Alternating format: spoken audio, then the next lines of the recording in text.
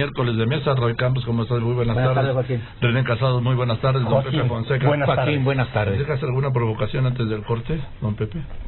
Sí, que parece que están muy enojados los de la oposición porque tenían su fiscal carnal. Bien. Gracias. Voy a un corte, voy a los anuncios. Después de los anuncios, regresamos con la mesa de Recampo, René Casados, don Pepe Fonseca. Entonces, don Pepe, decías... Decía, mira, no tengo, por supuesto, no tenemos hechos que nos demuestren que el ex titular de la FEPADE ha tomado decisiones para favorecer necesariamente o consuetudinariamente a la oposición. A lo que me refiero es que, de origen, su perfil no encaja con el perfil que todos nos han dicho, ni con la pureza casi virginal que todos nos han dicho que deben traer los titulares de los organismos autónomos, como lo es la FEPADE. Y no lo trae porque hay un hecho que él nunca reveló, ni siquiera cuando se inscribió para participar en la selección del titular de la FEPADE, nunca dijo que había estado asesorando él a la bancada del PRD en el Senado que encabezaba Miguel Barbosa. Porque de este caso es un caso complicado en términos jurídicos, es un caso conveniente para muchos, muy conveniente para muchos que se esté hablando de esto, y aparentemente debería ser fácil de resolver. Conveniente, ¿por qué? Porque ¿dónde estamos hablando hoy del presupuesto para estar discutiendo el presupuesto? Del fiscal anticorrupción, de los incrementos de la inseguridad, de los damnificados del sismo, de las ayudas deberíamos estar hablando de cosas más sustantivas, y estamos hablando de alguien que no existía en la agenda pública, que era Santiago Nieto, era el titular de la FEPADE, no era alguien famoso ni nada, y de repente estamos hablando de él como el prócer de la democracia y de la limpieza. Yo no tengo nada para juzgarlo mal, ¿no? Pero si en la PGR ven que hay al delito de él al violar el debido proceso, ellos juzgan que hay, creo que sí era obligación separarlo, si juzgan. No nomás separarlo, sino hasta abrir una carpeta de investigación contra él. Que al abrir una carpeta de investigación, la misma PGR no nos puede decir todo lo que hay ahí. Entonces no vamos a poder conocer todo contra Santiago Nieto, porque no pueden dárnoslo a conocer porque violarían el debido proceso. Pero el Senado se está aprovechando y está creando un conflicto más grande de lo que es. El Senado no. Los de políticos que están en el Senado, sí. ¿No? Que son partidos políticos. Para mí la solución debería ser, es imposible no sospechar en una época electoral destituyendo al titular de la FEPADE, que por cierto, a Arely Gómez la destituyeron de la FEPADE faltando una semana para la elección. En 2009 debe haber sido, y faltando una semana la destituyen de la FEPADE. O sea, ahí también hay este tipo de historias. Bueno, es imposible no sospechar que haya un fondo electoral. Entonces la solución es, si no hay un fondo electoral, decirle a la oposición, ¿de veras están tan preocupados por el fiscal? Pongamos otro en el que ustedes confíen. A ver, propongan una terna. O sea, Santiago Nieto ya tiene el problema de que si lo restituyen en la titularidad, cualquier decisión va a ser vista como si no se está vengando de los que votaron contra él o no está premiando a los que votaron a favor de él. Cualquier decisión ya lleva implícita un problema de origen al ponerlo. Entonces yo creo que él ya haya o no cometido, o sea un buen fiscal o no, creo que ya está como impedido en términos de que las decisiones traen de origen una sospecha de aquí en adelante. René. Pues sí, cuestiones que no deberían de ser precisamente. No, pero no hablemos de lo que es. Claro, a lo que voy.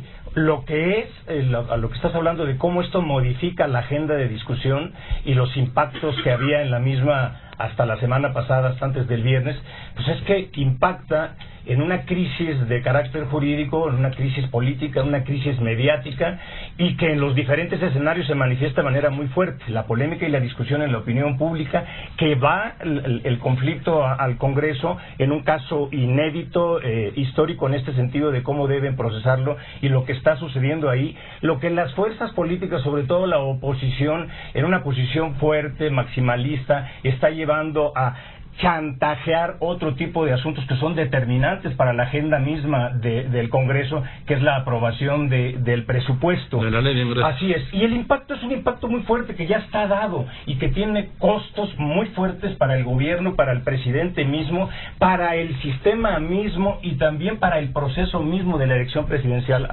hacia lo que decías, y que lleva a un gran manto de sospecha y a un sinnúmero de preguntas. Una pregunta central que se le ha estado haciendo también al fiscal cesado hasta este momento, Santiago Nieto, es ¿era necesario salir a la palestra pública y dar las entrevistas que dio, la manera en que las dio, bueno, y luego lo que ha dicho acerca de esas entrevistas? Él esta mañana negó ante Loret que hubiera dicho lo que se publicó. Sí, o sea, la culpa fue el reportero.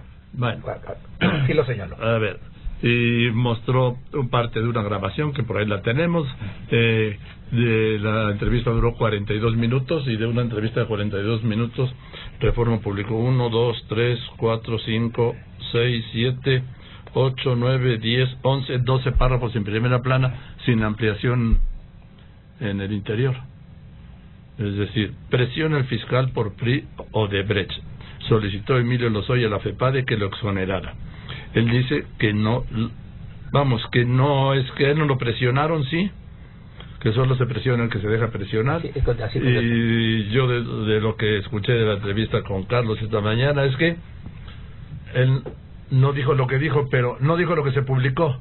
Sí, exactamente. Sin atreverse a desmentirlo, es decir, a decirlo rotundamente. Yo no dije lo que miente publicaron. Reforma. Sí. Eso yo no lo dije. No, Así pues, es. O en ese caso, si el reportero tergiversó o cambió o adicionó algo. No estoy diciendo que haya ahí una cuestión de razón. No. Es que es muy fácil los reporteros. Me refiero a que él afirme en el caso del reportero o como fuente o del mismo periódico. Bueno, por eso, pero yo entonces espero que sí me pueda contestar él como había quedado a las 2:10 o son 10 para las 3. La pregunta es, ¿por qué no lo aclaró? Así es. Hay respuestas más amplias a estas preguntas, ¿no?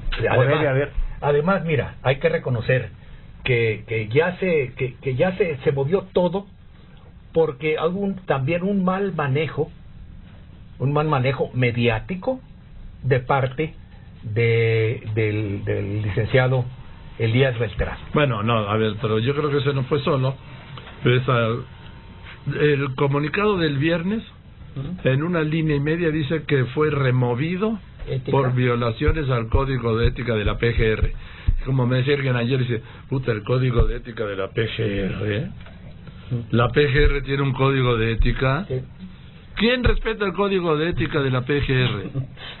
¿Quién respeta el código de ética de los ministerios públicos federales o estatales?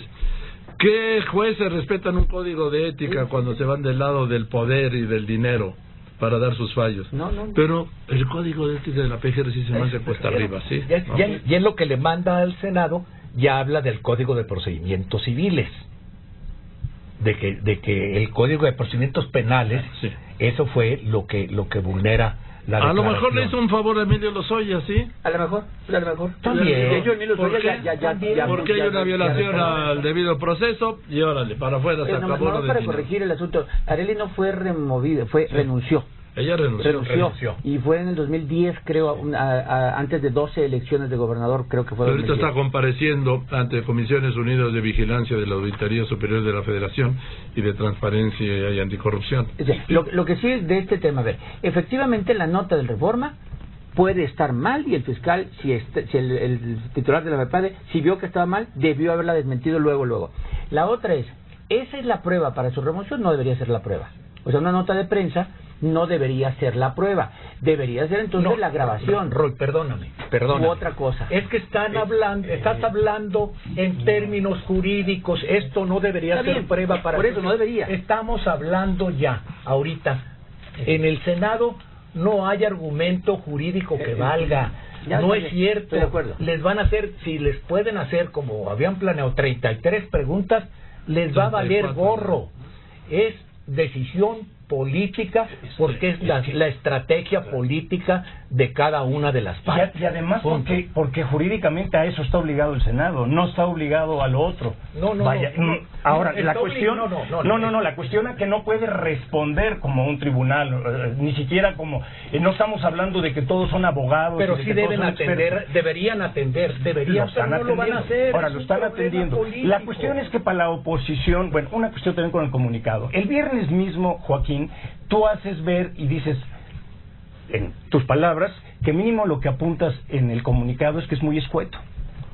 Y No, se ve en el comunicado, una y línea y después lo media. que produjo y lo que impactó Yo el comunicado. escribí, dije que Pues esta era la razón de la crisis, de una crisis, así como pues, se dio. sí, y el gran detonador. Pero Bueno, además, está parado el a Senado. ver, era el anuncio de una crisis anunciada, Sí. ¿sí? Ahorita está diciendo la Arely Gómez, que en le decía que está compareciendo ante la Comisiones Unidas de Vigilancia de la Auditoría Superior de la Federación y de Transparencia y Anticorrupción, dijo que va a iniciar la función pública nuevas investigaciones por contratos de Odebrecht en el gobierno federal, le hace Pemex, Sí. ¿sí? Les comparto que se han detectado, dijo, nuevos hallazgos que darán lugar al inicio de nuevos procedimientos. No presentó ningún resultado en su comparecencia con motivo del quinto informe de gobierno, que era la causa de la convocatoria, pues si estaban hablando de una cosa y no de la otra, y recordó que tiene la función pública 8 procesos administrativos sancionatorios, luego que instruyó una investigación y una auditoría transversal en todas las dependencias de la Administración Pública Federal sobre los contratos firmados por Odebrecht. Si bien esta resolución aclaró no prejuzga sobre el fondo del asunto, la Secretaría de la Función Pública usará los medios legales a su alcance para evitar que este pronunciamiento impida llegar a las últimas consecuencias del caso. ¿Por qué? Porque Odebrecht logró en 3 casos la suspensión definitiva de la investigación en juicios de amparo. Es que eso es único en el mundo, ¿sí? Que un juez suspenda una investigación. Pero tiene código de ética. Pero tiene código de ética, ¿no? Entonces, tú dices, a ver, No. suspender definitivamente una investigación. ¿Por qué suspenden la investigación? Ya no le busquen, pues, ¿no? Ya no le busquen, Ya ya no no, le rasquen. eso dice el amparo. Sí. Impide continuar con la investigación. Sí, sí. Lo va a apelar, pero de todas maneras, ahora, De todos modos, el tiempo corre. Elías Beltrán ya lo dijo ayer, que estamos ya cerca de que presente ya judicializar las investigaciones, o sea, ya presentar Ante el juez. ante los jueces las investigaciones que se terminaron y que dijo Cervantes que Que los deben había terminar dejado el caso. terminados. Sí, pero este cuate, por lo que yo le he escuchado, que es medio cuadrado, porque es hombre nada más de leyes, y lo muestra el comunicado de línea y media. Entonces, seguramente se quedó va a revisar, porque al final te va a ser responsabilidad de él lo que presente. Está revisando lo que dejó Cervantes, y es probable que en los próximos días, como lo dijo ayer, van a presentar ahora sí acusaciones, Bien. lo cual pues sería maravilloso. A ver, ¿qué tenemos? Bien, estamos viendo operar ya, bueno, lo vimos ya desde que no se instaló la mesa directiva Sí. de la Cámara de Diputados el 1 de septiembre, operar ya el frente opositor, Como frente. como frente Todos los opositor juntos. legislativo, y al que se sumó en este caso Morena Sí, y el PT. PT, Sí, que van a ser enemigos en el proceso electoral. sí. Sí, pero en este momento a todos les conviene que haya un tema de coraje hacia el PRI y de sospecha hacia la elección. Sí, claro. Y les ahorita conviene. está de fiesta Ricardo Anaya, Andrés Manuel López Obrador, ¿no? Sí, nos se recuerda, están descorchando digo, champaña. Joaquín, Ya nos estamos en la recuerda algo, campaña, es campaña. Nos recuerda Claro, algo, es campaña. aquellos términos que siempre se usaron y que se han seguido usando, la escalación del conflicto, la agudización de las contradicciones. Pues, seas de izquierda o no seas de izquierda, ante un acontecimiento de este tipo y una crisis de esta índole, pues la oposición enjauja. Sí, para justo, y más en la coyuntura de la sucesión Sí. presidencial Sí. y ya en tiempos electorales, de capitalizar de esa manera. ¿va? Permíteme, despido la transmisión de radio, de Telefórmula, no, de radio no, de Telefórmula, amigos de Telefórmula, gracias, nos vemos mañana a la 1:30. Y continuamos, por supuesto, aquí en Radio Fórmula.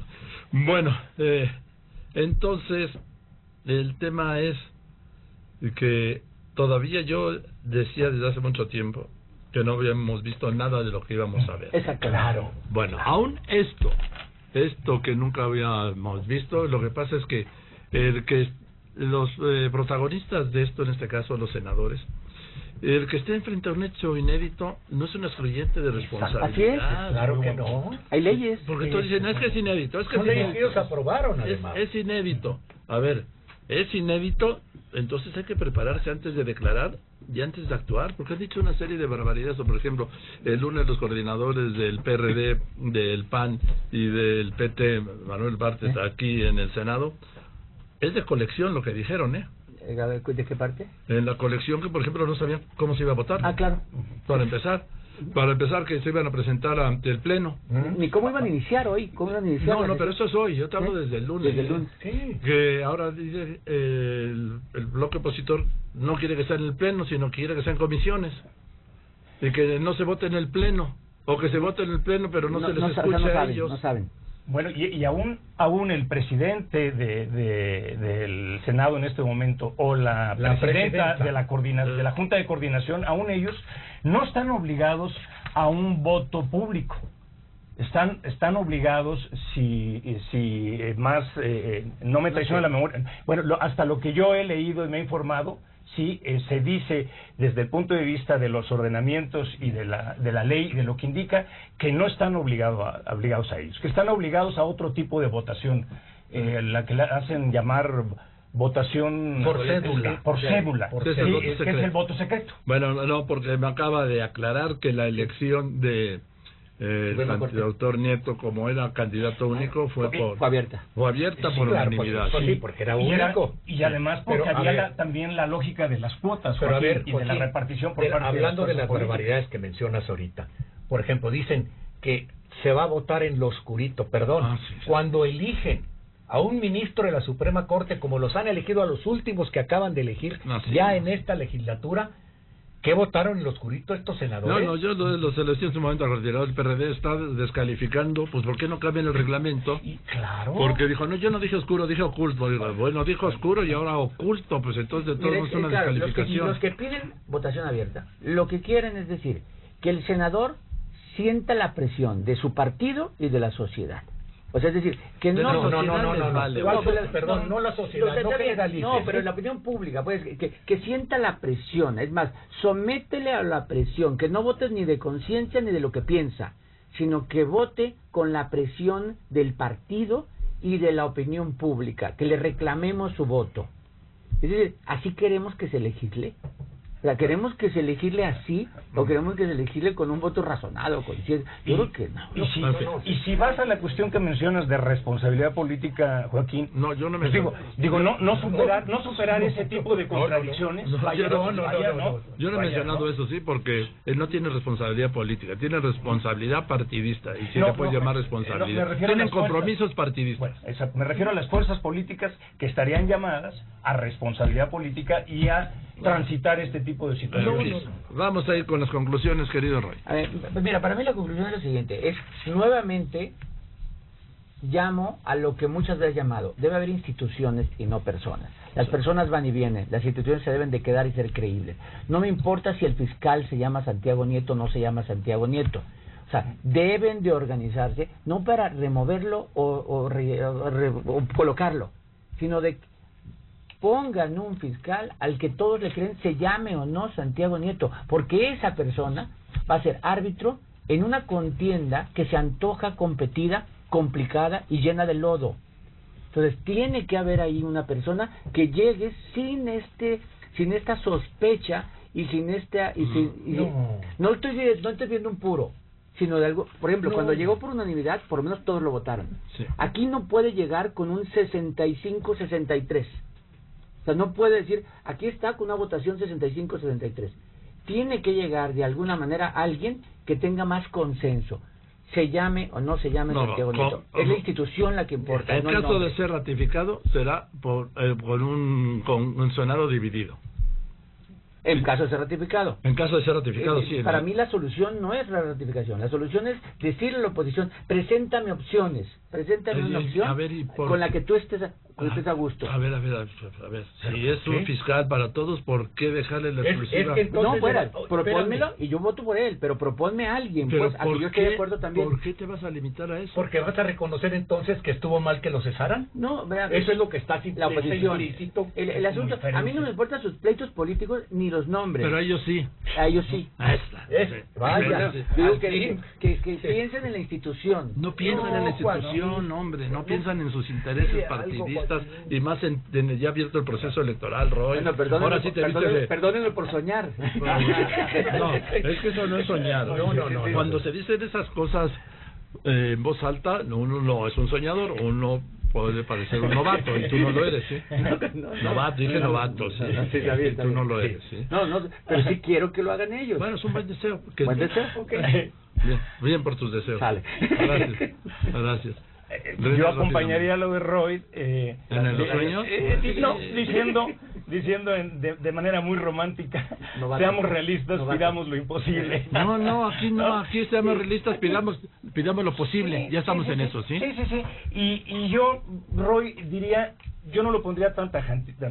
Yo creo que sí, por supuesto que para que haya una democracia gobernable se necesitan instrumentos e instituciones muy potables, por decirlo de esa manera.